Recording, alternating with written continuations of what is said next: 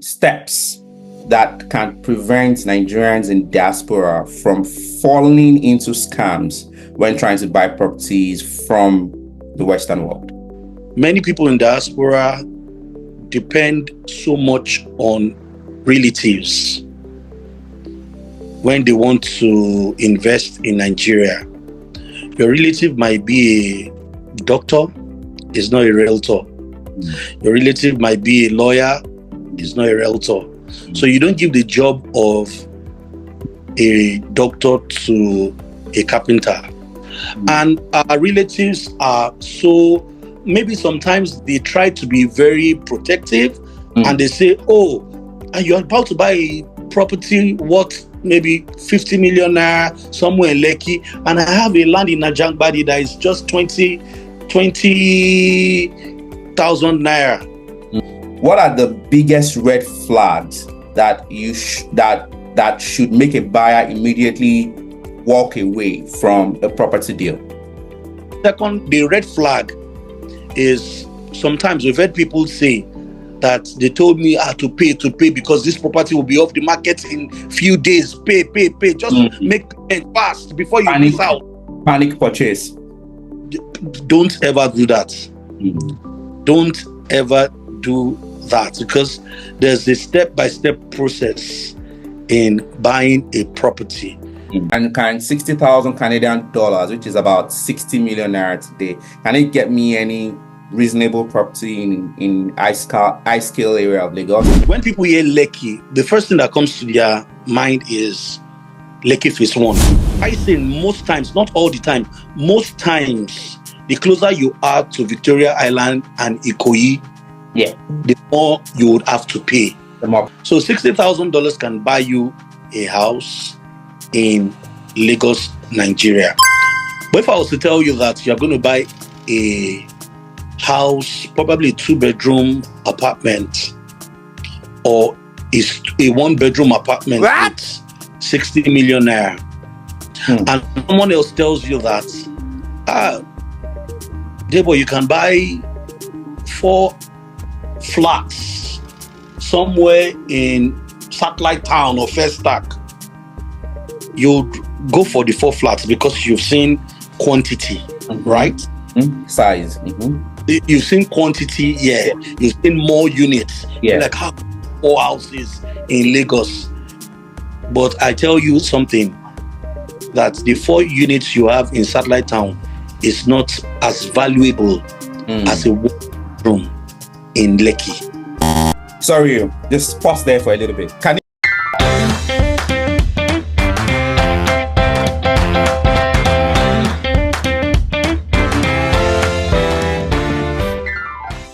Hello everyone, my name is Adebowale Taiwo. I'm the host of your favorite YouTube podcast channel, the J.O Taiwo Talk Show.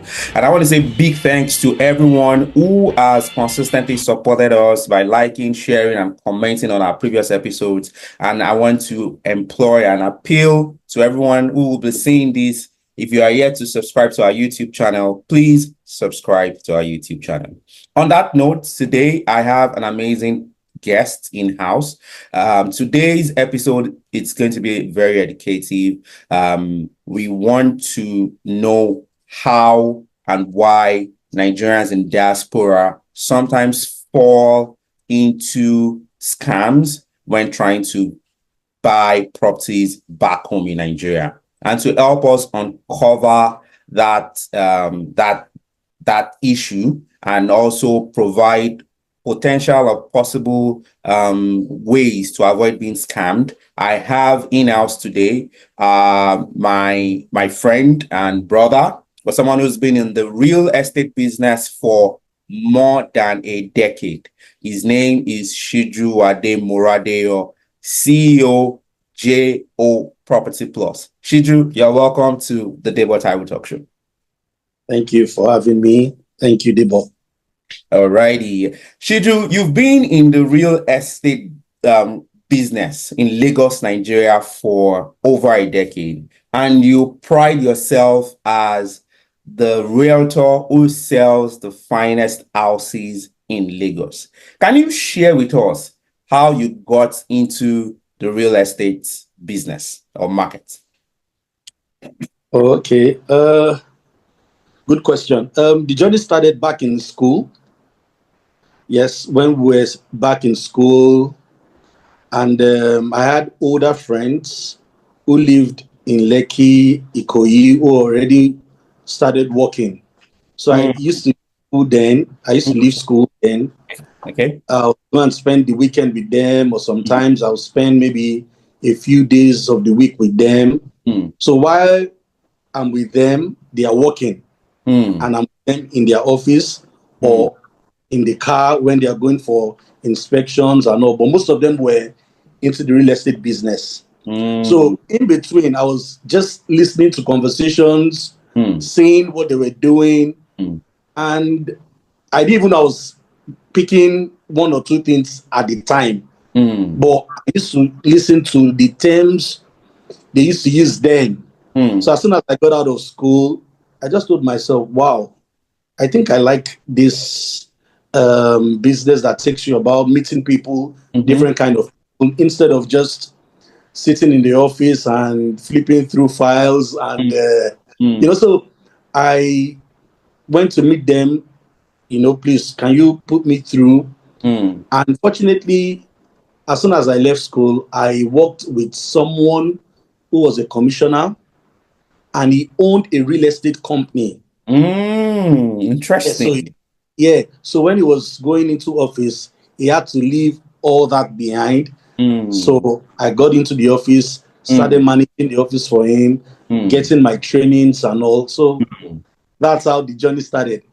That is beautiful. I see providence there. It's something that started with for you as just hanging out with your friends, and then you had always thought, oh, maybe I can go into this, and then someone that you now started working for actually had a real estate business, and then Yeah. that certainly made you go into it fully. That is so beautiful and lovely to hear. Now, talking about real estate in Lagos, Nigeria. Just for someone who's looking into going into the business, in just a couple of minutes, what was your first transaction like? How did you, take the customer on the journey from showing them different houses and making sure that they felt comfortable with you? I'm going through the deal that you proposed to them. Okay. So in my case, people with different experiences, and I won't say it's going to be like this for everybody. But in my case, when I started the journey, the first transaction I had was actually to rent an apartment to someone, and we were like four realtors, agents who On were the in that same transaction. property. Mm. We had to share the fee on that transaction, and it was my fee was the fee. My own share out of the transaction was 45,600 naira. Wow, you still remember the Yeah, exact figure. because that was the only transaction I had for 365 days. Whoa. Yeah, so the remaining 364 days, there was no transaction came. So you're saying now, for someone who's looking to join or who is looking to become a realtor, like there Yeah. could be bad days, especially in the beginning.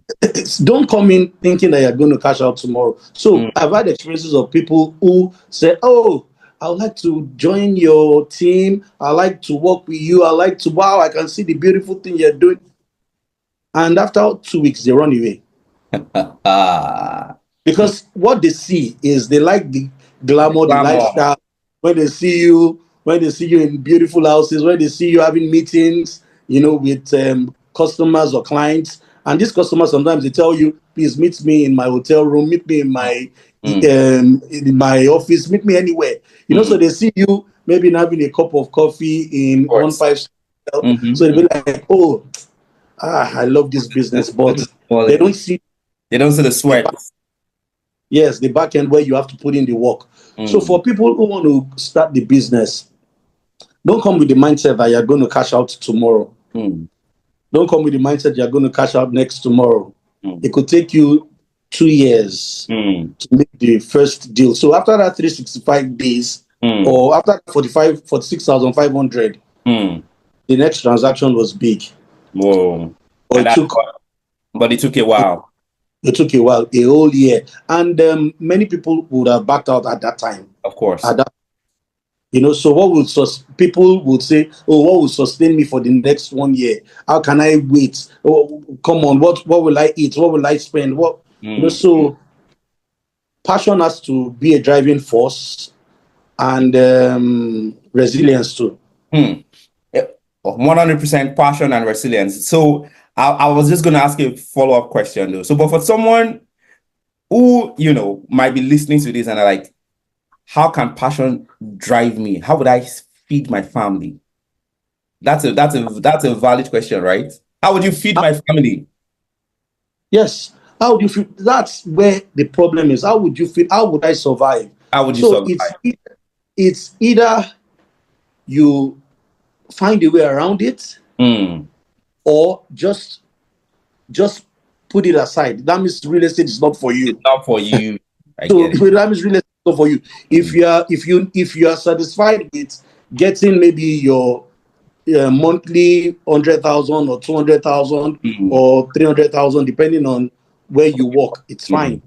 So you don't. I think when you tell people to persevere, our threshold differs. So we can't tell people that, oh, you have to endure, no. So if you can't endure, please, the business is not for you. But if you can, and you do the right things, follow the right steps, learn, train, definitely there's going to be a payday.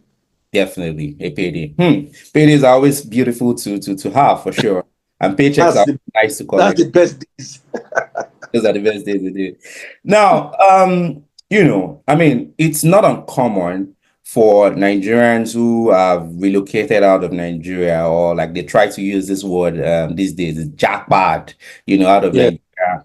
If haven't lived in the Western countries for over a certain period of time, it's not uncommon for them to want to invest back home. And some of them like to invest in real estate. They want to buy properties maybe for themselves to live in when they come around Nigeria, or maybe they want to buy properties for investment purposes, say for rent or for Airbnbs. What would be like some steps that can prevent Nigerians in diaspora from falling into scams when trying to buy properties from the Western world? I think that's one of the best questions we should ask, because many people in diaspora depend so much on relatives when they want to invest in Nigeria.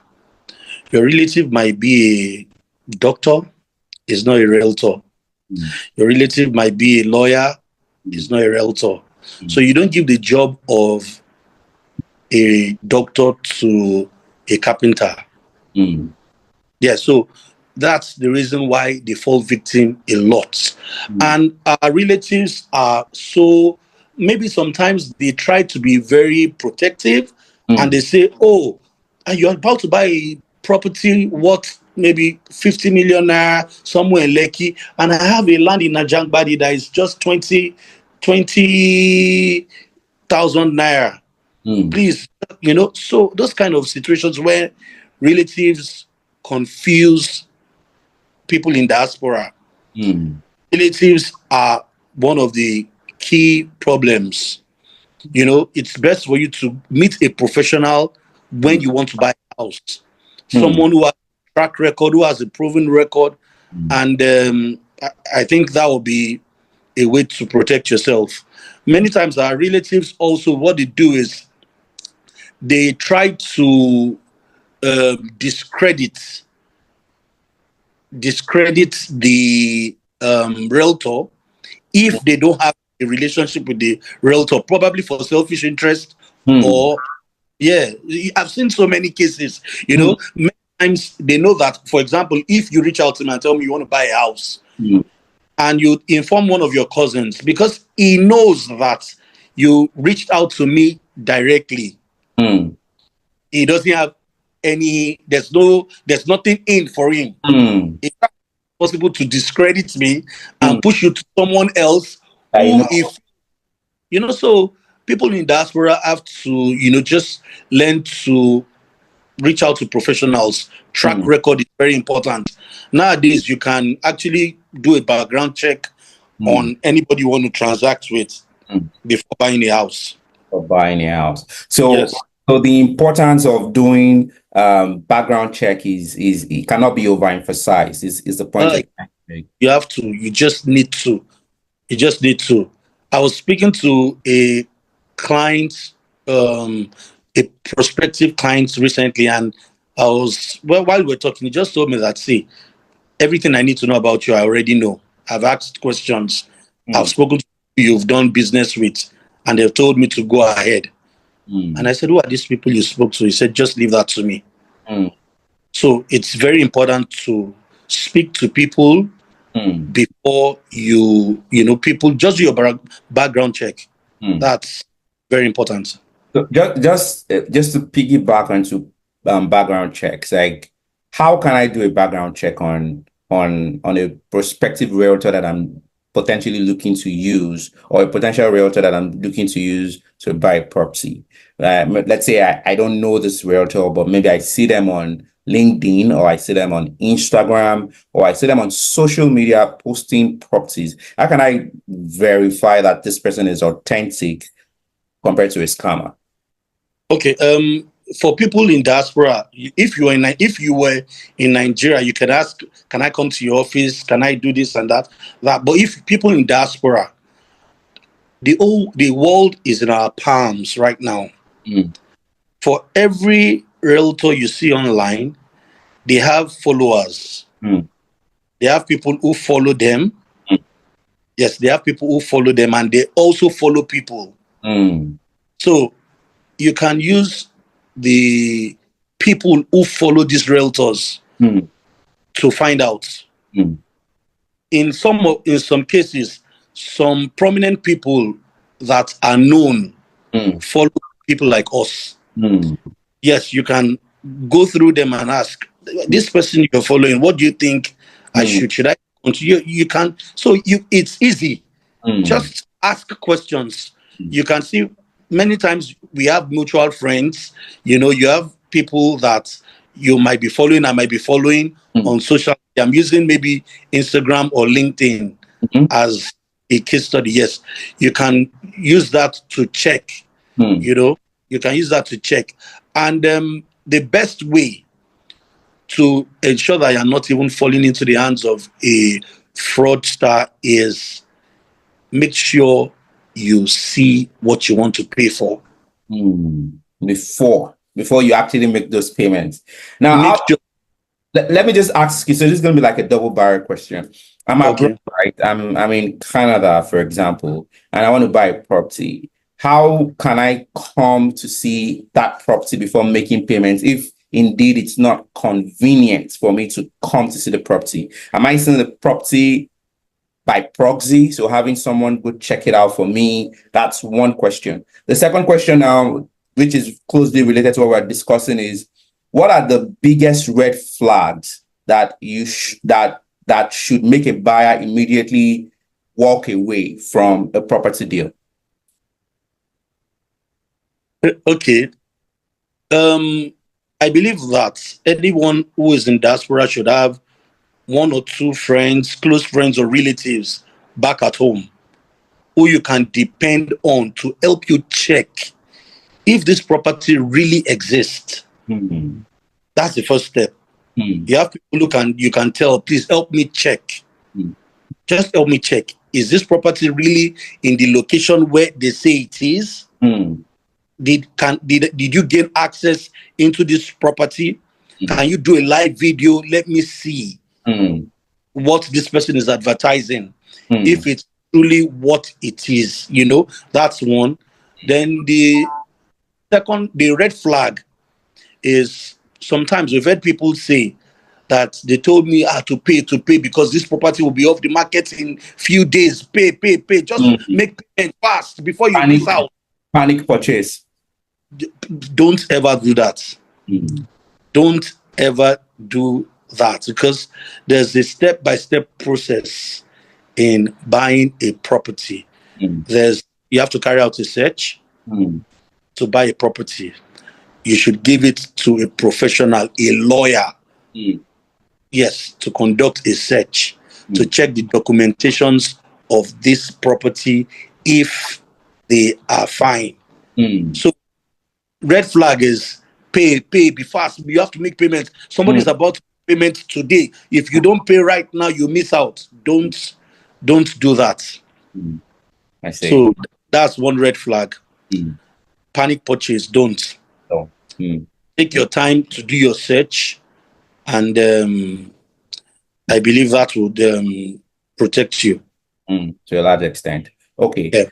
Yeah, thank you for sharing that panic pattern that some scammers or most scammers typically do. So I wanted to just think back on documents that you mentioned. For example, what documents must every buyer verify before actually buying a land or a house in Nigeria today? Okay. So the common ones that people know is the C of O. That's the certificate of occupancy. Yeah, people know that. Governor's consent. People also are aware of that one. So many times there are some people that will tell you excision in progress. Can you clarify what that means? What does that mean? Okay. To break it down, see, every land in, let me use Nigeria. Every land in Nigeria has a purpose. Some of these lands are designated for probably farming, agriculture, but as development goes on in every nation, people start encroaching into those spaces. So it's the government that decides if they can give you an approval to build or to do whatever you want to do on a land. So if the government has not given an approval yet, it has not been registered yet, then they tell you excision in progress, all that. The government can either give or refuse. So when they tell you in progress, it means that anything can happen at any time. Anything can happen tomorrow. So there has to be a very solid documentation. So one of them is what I mentioned earlier, governor's consent. One of them, governor's consent, C of O. These are the popular that people know. That's why I said earlier that you should always have lawyers who are into property lawyers.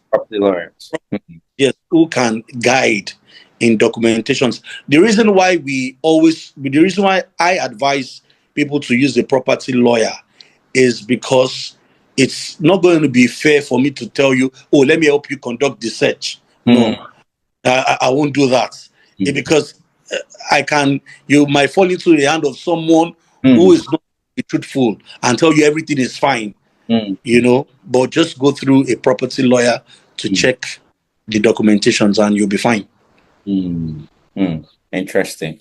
Okay. Thank you again for sharing, so providing more light on the kind of documents that prospective clients or potential clients from diaspora can look out for before buying a property. Now, if you can, in about 2 minutes, are you able to just share with us a specific real life example of someone who almost got scammed or actually did get scammed and the lessons that people here can learn from it? Okay, I have a friend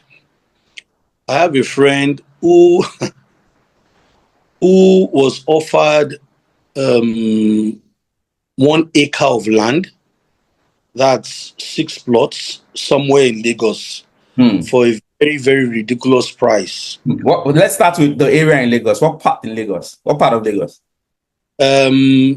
there's around Ikeja, just somewhere around Ikeja environs. Environs. Ikeja environs.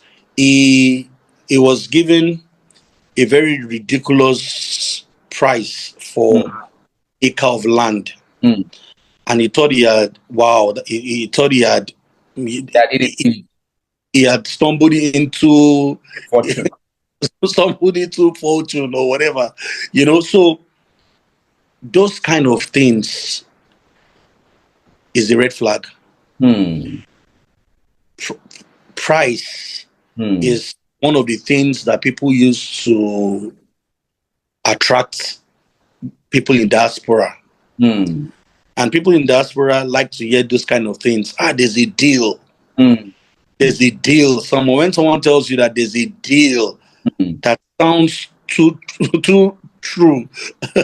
Sounds too good to be true. Yeah, those kind of deals. So he paid for it. And I was always telling him, how did you go about this? You are buying something, you are not telling anybody, you just paid, and what's going on? And at the end of the day, we found out that he had land on paper, not physical land, because the land belonged to someone else. Or rather, the land has been sold to like 5 or 6 different. Yes. Wow. Yeah. And so those are the things that we've experienced. There's a lady also who lives in the US. She bought a land somewhere again, further down around Ipaja or somewhere around Ipaja. I never went there, but she was complaining to us and she told us that she paid for this land and right now they are not giving her anything, that she was trying to start a project, that some people came, kicked her out of the place, and they told her that they were going to arrest her, all sort of things like that, So I was listening to that person who bought a property in Iyanokpaja, the land being sold to different people and, chasing them out of the land and all of that. I think that's why a lot of Nigerians in diaspora have tried to run from the predominant or traditional buying a land and having someone build the property for them, as opposed to just actually buying a real property, because you have someone to be involved in Omonile drama and what the English word for Omonile is land grabbers. You want to run away from their dramas, right? Yeah. Now, with Omonile out of the way, or let me just ask, if I had 60,000 Canadian dollars today, what would be the next steps for me to buy property in Lagos, Nigeria? And can 60,000 Canadian dollars, which is about 60 million naira today, can it get me any reasonable property in high scale area of Lagos, maybe like Lekki, for example? Okay. Now, when people hear Lekki, the first thing that comes to their mind is Lekki Phase 1. When people hear Lekki, but Lekki isn't just Lekki Phase 1. There's Lekki Phase 1. Of course. There's Lekki Kate. There's Lekki Osakpa. There's Agungi. There's Ologolo. That's before you get to BGC. There's Chevron. There's Orchid. There's Ikota. So many communities in Lekki. Tell people that pricing, most times, not all the time, most times, the closer you are to Victoria Island and Ikoyi, the more you would have to pay. The more pricey the property would be. Yes. The more you have to pay. Most times, not all the time. Not all the time. There are some luxury houses further down and so many beautiful estates further down to that you can also buy a house. So $60,000 can buy you a house in Lagos, Nigeria. But if I was to tell you that you're going to buy a house, probably a 2-bedroom apartment or a 1-bedroom apartment with 60 million naira, and someone else tells you that Debo, you can buy 4 flats somewhere in satellite town or first stack. You'd go for the 4 flats because you've seen quantity, right? Size. You've seen quantity, yeah. Yeah. You've seen more units. You're Yeah. like, how 4 houses in Lagos? But I tell you something, that the 4 units you have in satellite town is not as valuable as a 1 room in Lekki. Sorry, just pause there for a little bit. Can you repeat that again? So let's say I have 4 Yes. flats in satellite town, which is Yes. very close to Amuwodofi. You are saying it's not yeah. Amuwodofi environment. You're saying that my four flats is not as valuable as if I had just 1 bedroom in Yes. in Lekki. Why would you say that? Now, what's your purpose for buying a property? Is the return on investment, right? Yes. Because you're living and Yeah. you want that property to fetch you some money, Correct. right? Correct. Demand in the areas we mentioned in Lekki is far much more than demand in satellite town. The people who live in Lekki, the people who can afford to rent houses in Lekki would pay for quality. They will pay for the infrastructure that Lekki has. They will pay for the security Lekki has. They will pay for the constant electricity Lekki has. So value. The value of that 1 bedroom is more than the 4 flats in satellite. In satellite town, wherever, anywhere you want to mention in that axis. But that's one of the things that make relatives confuse people in diaspora. They just call you and tell you, I've seen 4 flats somewhere in Ilekpo that you should come and buy. 4 flats. And you tell them that, no, I want to buy a 2-bedroom apartment in one estate, Nikon Town or somewhere in. And they tell you, what are you saying? Just 1? And I'm giving you 4 units for the same price. So that's where the confusion comes in. You need a professional to guide you when you want to buy.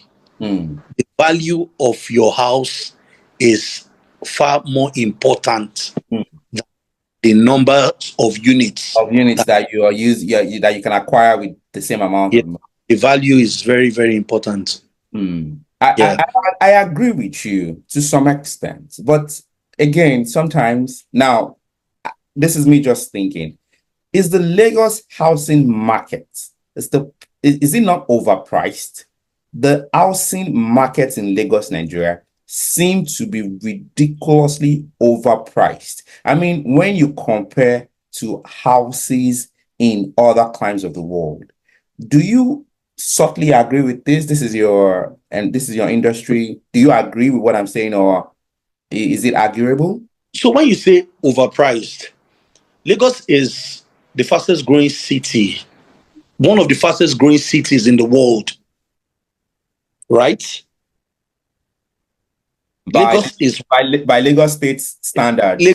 Lagos State is one of the fastest growing cities in the world. Okay. So you see people tell you that, oh, I have one house somewhere in Uganda that is, look at it, more beautiful than the house in Lagos.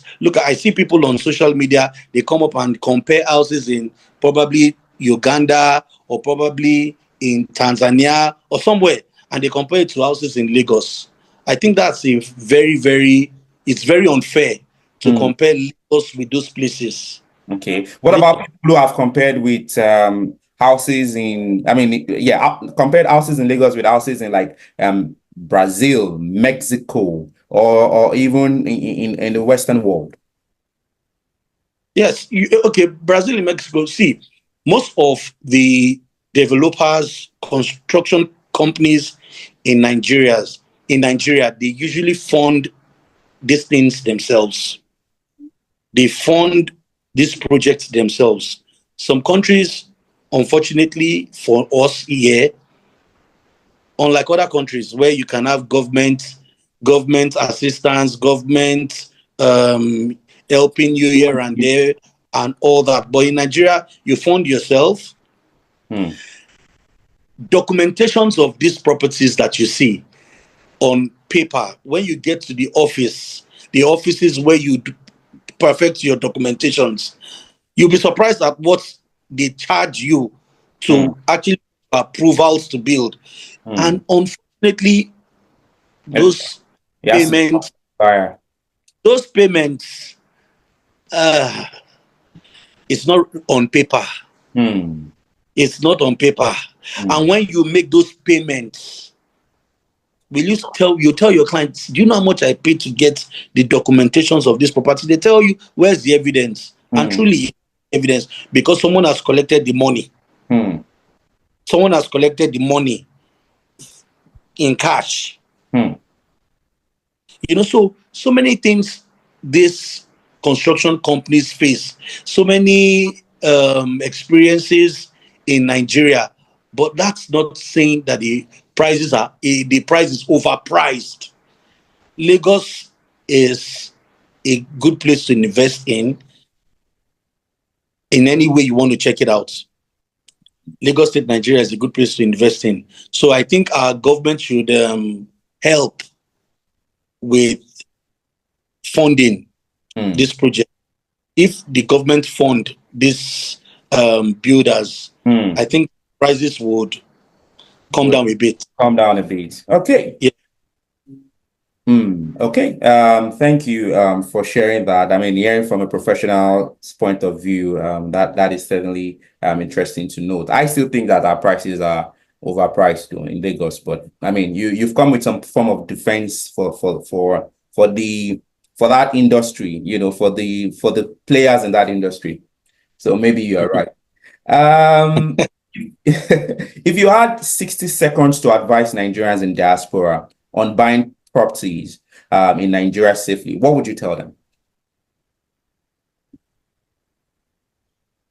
If I had 60 seconds to Yeah, I advise, mean, it doesn't have to be 60 seconds, but yeah, if you could advise someone who's looking to buy a property in Nigeria from the diaspora, what would you advise them? What would you tell them to look out for? How would you tell them to go about purchasing the property? so reach out to J.O Properties Plus. Of Reach out course. to us. Reach out to us first because we provide the finest houses in Lagos, Nigeria, and we provide the most valuable houses in Lagos State, Nigeria. So if you want to invest, you reach out to us. We can guide you step by step. We can hold your hand until you get what you like. And Mm, I would like to say one more thing. okay. I have this repeated experience with clients. Mm, They are always interested in mm, the bigger houses, 5 bedroom, fully detached house, mm, my mm, compound mm, alone. Oh, I want my compound alone where my mm, kids run around.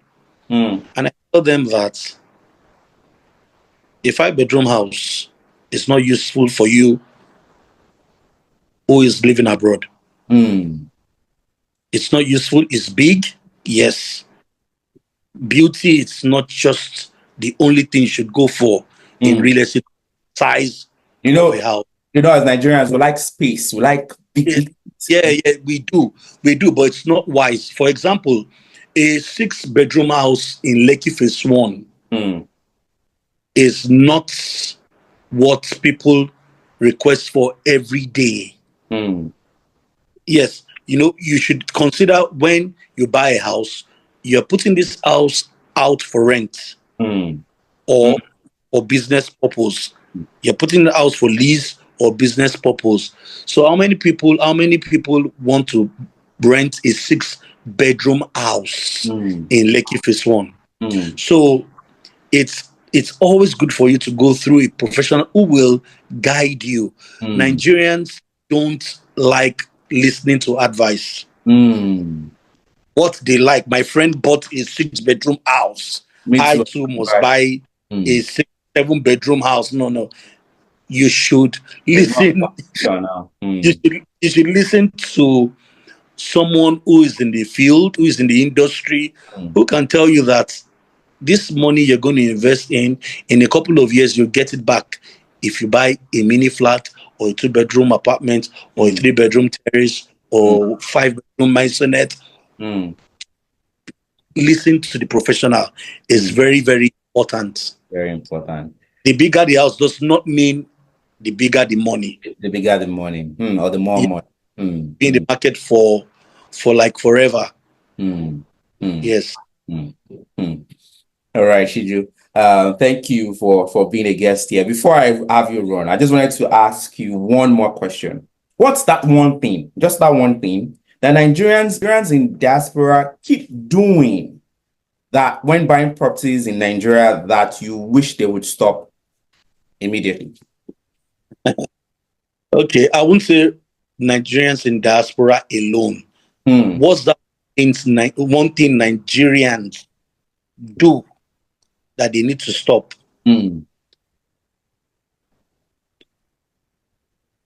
Nigerians try to avoid paying bills. Yeah, it's just sad. It's just a sad truth, and I'll explain what I mean by that. Nigerians hate paying bills. Now, you have a realtor who took you to a particular house, and you're buying a house for maybe 20 million naira. I'm just giving an example. And you're to pay this realtor who took you to that house is percentage of 5%, 10%, depending on what you guys said. Yes. What Nigerians like to do is you take them to a house and they tell you, I don't like the house. I don't like the house. Then they go back behind to transact with the owner directly, and they cut out the realtor, the middleman who took them there. So it's also an advice to people who are just starting the business. You have to structure in place that can deal with such people, and it's so rampant in Nigeria and people in diaspora. They always try to look, not just people in diaspora, Nigerians, everybody. Yes, they always try to cut out the middleman, the realtor who took them to the property in the first place. And so I always tell people who are starting out, have a structure that will protect you. Our government too, in other parts of the world, you don't even have to. You can't. It can't happen.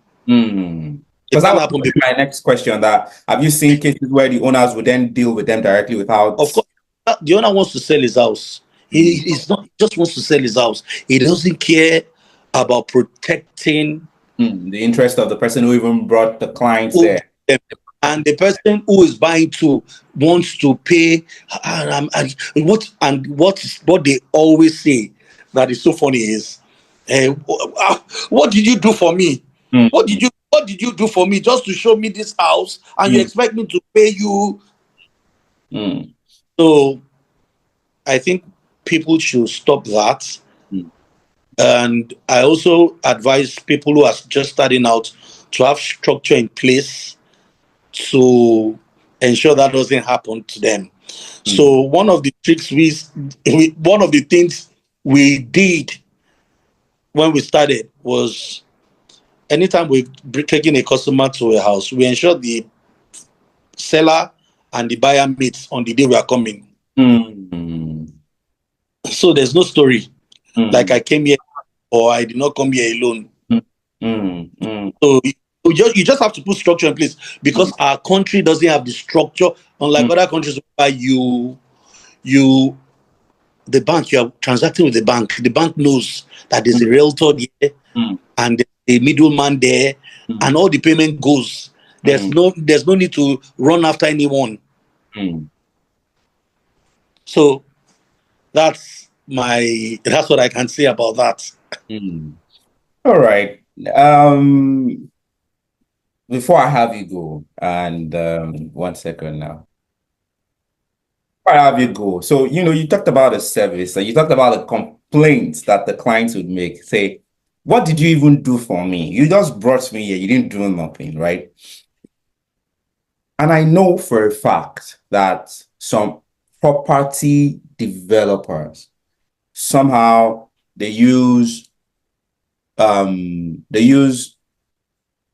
not equipment now, they use building materials sometimes that are not very good to build substandard properties, to build properties that maybe after a few years the POP might just fall on the owner's head, or even worse, where the fence might crack or fall down, or part of the building collapse, or even the entire building collapses. Structural defects. Structural defects. Do real realtors in Lagos, do they do some sort of deep findings to know that this building, not just the fact that it looks beautiful on the outside or the paint is fascinating, do they do any sort of checks to say structurally this property is also very good? And we know the developers of this property, you're not likely to have any issues with collapse of the building in over a long period of time. Okay. First of all, when you're buying a house, some clients go as far as coming with structural engineers who can confirm that this building is solid. Who can confirm this building is solid? That's one. You can do that to ensure that this building is solid. It's not going to come crashing on my head. You can do that. Number two is we will never sell a house of a builder who is not reputable. We will never sell a house. Like, for example, I don't just put up anything. I work with specific developers who I know have a track record. They have a name to protect. They have integrity. Yes, so that's one of the things that working with people like us would save you from all those worries. Any house we are giving to you, or any house we are selling to you, you would be glad you bought it through us. Then, so that was the first point. The second point is, are you aware that some people buy a beautiful house and in a couple of months they begin to swim in that beautiful house because of flooding, bad drainage system, and all that? I know. So, never had any experience of selling a house to any clients who complain about flood, because we know the places that get flooded. Some realtors, they don't just mind, they just get your money and they are off. So follow through with our customers, even after sale, even after the transaction has been closed. We ensure that we keep the relationship. We are not running anywhere. We ensure that you buy a house that you would enjoy, no structural defect or flooding or whatever the case may be. So we know the places that get flooded.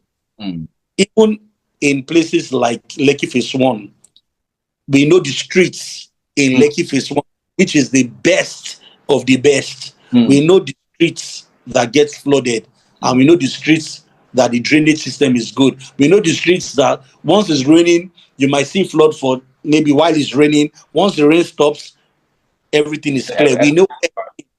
So that's the reason why I advise people, just come through us and we'll guide you. All righty.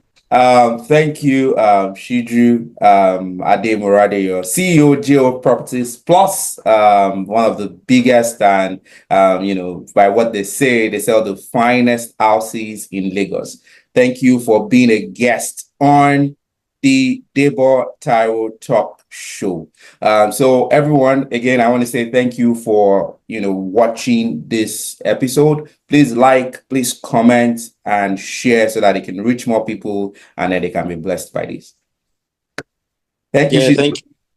Thank you very much. I'm glad to be here. All right. Thank you again for being a guest here. And on that note, we'll sign out here until we bring you our next episode. Please keep watching the Debo Taiwo Talk Show. Cheers and bye for now.